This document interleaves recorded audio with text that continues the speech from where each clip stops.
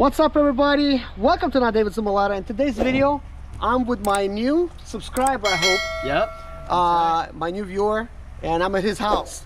He's got some sprinter issues, and we're getting ready to go pick it up. So, you have anything to say, Casey?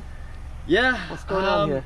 I brought it to a mechanic, and he told me that I needed a new body control module. And then I found him on Craigslist, and he told me that wasn't the case, so he came to pick me up. He's driving me to the mechanic to pick up the sprinter, and we're gonna go to his house and get it done. Hopefully get it done.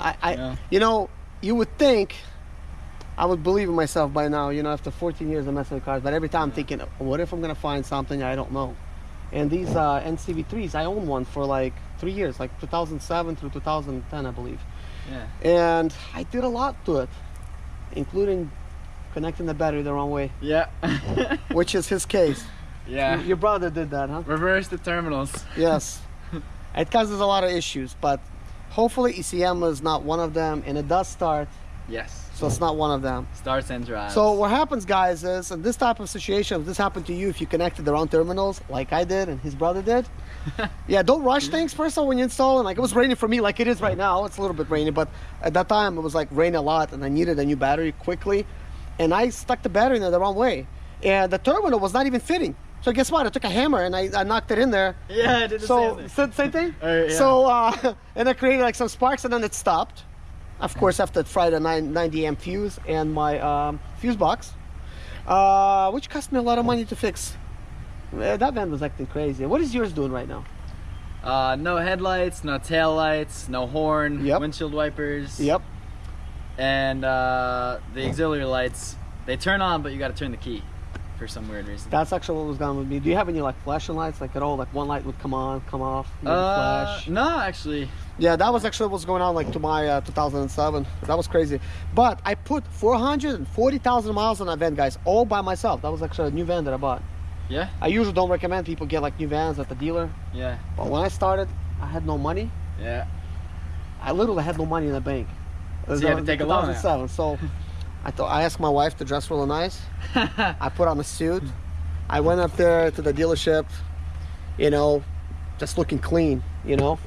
And I'm like, I'm buying a Sprinter over there. Like, okay, we'll bring it around. I'm thinking, really? Are they kidding me? They're about to sell me one? And just like that movie, what was that movie with that guy? That was, what's that actor? I keep forgetting his name. He played in Titanic. What's Oh, I don't know his name. yeah, okay. So you guys know his name, that main actor that was, but anyways, he plays in a one movie where he writes like fake checks. So that's what I did. I wrote a $2,500 check with no money in the bank.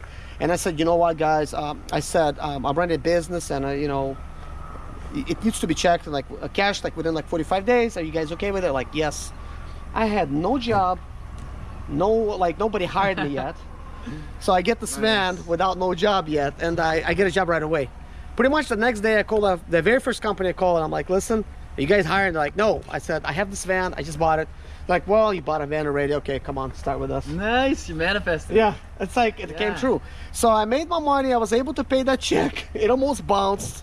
I was really close. Wow. Because I had no payment for 30 days and no cash and check for 45 days. Wow. It was tough because I had expensive insurance. I put on, you know, the fuel cost was expensive, you know. But that is that, guys. We'll get back to you later. Let me talk to him really quick, and we'll let you know what's going on next. I was talking to Casey here about my passion and helping people with mechanics. I just showed him my brother's shop, which, by the way, I should technically go by his shop and let you see what my brother does. He's actually a successful mechanic. I'm not calling myself not successful, by the way, but he actually, we are car guys. We grew up working on all the cars, and my brother took it to the next level. He opened up a shop, and he's working on these nice cars, and he really does great work. And he's somebody that really knows what he's doing. Okay, I also know what I'm doing, but I didn't start a shop because my passion is not to charge people for the work in the shop and actually get it done. That is not my goal. But you know, a lot of times, guys, like let's say I would open up a shop, I would have to charge, you know, same prices because there's actually a lot of overhead when you start a shop. And right now I don't have that overhead. So I don't blame the shops that charge people, you know, good money for their work because they have to. But here's where things go wrong, is when you're told you need an ECU when you really don't. Yeah. You need a turbo when you really don't. And that's actually where the problem comes in. Is like, that's why on my channel, I'm not trying to keep you away from the shop. If you want to go to the shop, great. There's a lot of great mechanics out there. But I'm trying to educate you guys in at least knowing what's wrong with your van from my experience. I'm not going to claim that I'm an expert here, but if you're a little bit educated and you go in there, you're going to know you don't have 2 water pumps. You know what I mean? So you just pay for one. There's actually, by the way, somebody got charged for 2 water pumps. Yes, 2 water pumps. It's like, both of them were wrong? Yes, both of them. Wow. Go figure, you Did know? they pay for it? Well, no, actually. Good thing they had a lawyer friend. They called him up. Said, does this seem right? What? Did he say both of you water pumps? Let me talk to him. Let me talk to the mechanic. He talked to the mechanic. The labor was free. So, yeah. Yeah, they try to rip off. And it's, you know, that's the problem is, you know, it's like, you know, you got people that are out there trying hard to make money so they could earn an honest living. And then you got the dishonest people that try to, you know, have all these scams going on and they like lie to people and they get money. Same effort. But come on now, it's like you could have been doing maybe sales and selling, I don't know, cars, houses, making money, like real estate, for instance. Let's say you're like a real estate agent, you sold a $100,000 home, you could like make a commission, I don't know, 7% maybe not that much, but anyways, you know, that at least could be like $7,000 profit if it's like 7%. Sell a $500,000 home, that just goes up by a lot. Like, why spend time on the phone ripping people off? Yeah. Same effort, different type of results. Bad karma. Yeah, bad karma, and exactly. And then people go further and they sell what they're not supposed to. So other salesmen, we're not gonna, I guess, what do they call themselves? Doctors? Write prescriptions? Yeah. So, unauthorized doctors. So, you know, that will put you away for a long time. But you could have been, I don't know, selling car parts or something on eBay. And that doesn't put you away. You know, that helps people, I guess, and helps you make money. But, anyways, guys, we'll get back to you. We are getting ready to leave. Casey is gonna go get his stuff. I want to show you something, guys. Here's what I'm driving today. I just picked up this Ultima SV. This is the cheapest Nissan Ultima SV in the country. It's fully loaded. It is awesome. It's only got 46,000 miles on it. Great car. And I'm gonna be selling it. If you're seeing this, guys, and you want to buy it, let me know. But I'm going to be listing it. I need to sell it within a couple weeks because my temporary tags were only issued for a couple weeks. And that is something I do want to tell you guys. When you buy a car, and if you don't put in your name yet, you don't have to pay the taxes and registration for it.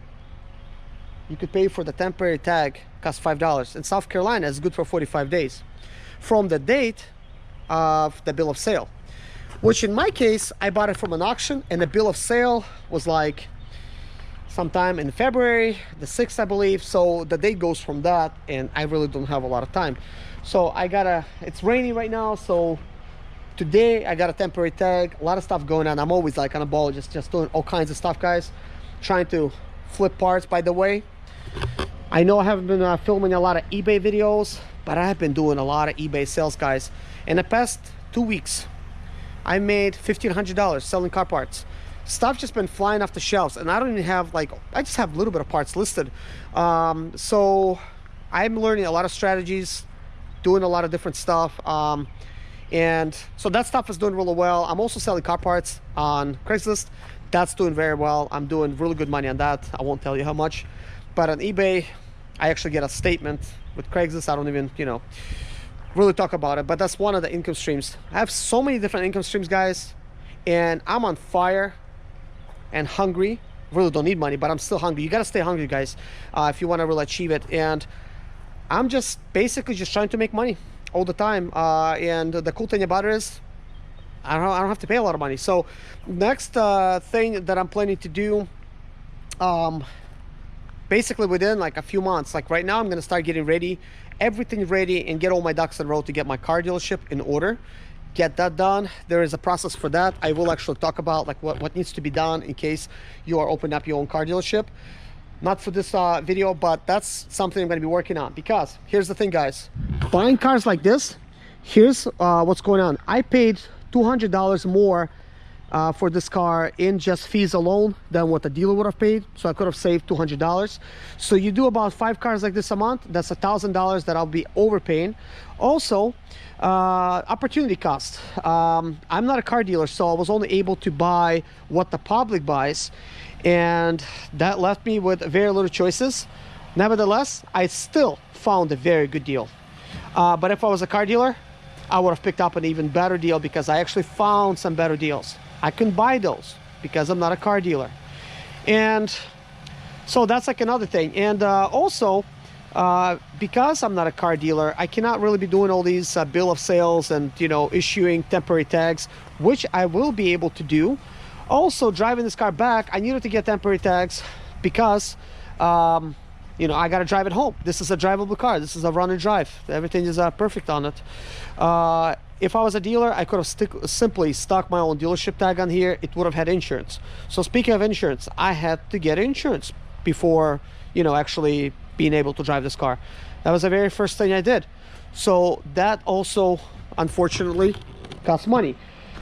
Then I went to, you know, register and stuff. If I put it in my name within 2 weeks, I got to pay taxes on it, you know, title and fees and all this other good stuff, which I wouldn't have to pay if I was a dealer. I would simply issue the title in somebody else's name right there and then. But anyways, guys, thank you so much for watching. I hope you guys enjoyed meeting Casey. Stay tuned for the next video where me and Casey, we're gonna go pick up his van and bring it to my shop. Bye-bye. My name is Serge Zimaleta. I'm 37 years old, and yes, I experienced success after buying my first home for cash. Back in 2011, I was broke, but I learned to solve problems on my own. Now, I'm helping others to solve their problems. I know what pitfalls to avoid to stay profitable in business. Need motivation to be more successful in your life? Do you have Sprinter, Expedite, or business problems? Then subscribe. Let's find creative solutions to your problems. Hit the bell notification so you don't miss any of my helpful videos.